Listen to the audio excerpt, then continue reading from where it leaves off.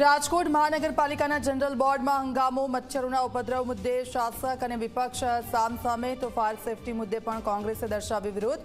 કહ્યું ટીઆરપી કાંડ બાદ પણ ન સુધર્યું તંત્ર.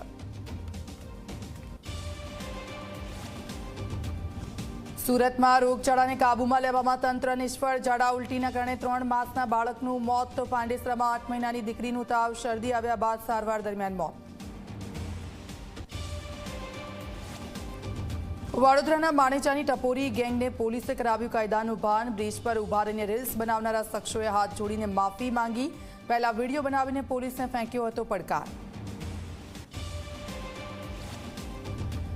બહાર નાસ્તો કરતા પહેલા સાવધાન. રાજકોટના માયાણી ચોક નજીક 12 જગ્યાએ ચેકિંગ. નાસ્તામાં વપરાતા શાકભાજી નીકળ્યા વાસી, તો ચટણી, સોસ, મેયોનીઝ સહિતનો જથ્થો પણ વાસી મળી આવ્યો. રાજકોટમાં ઉનાળાની શરૂઆતની સાથે જ પાણીનો કકળાટ. અંબિકા ટાઉનશીપમાં નથી મળતું પીવાનું પાણી. લોકો પાણી માટે ટેન્કર મંગાવવા મજબૂર છે.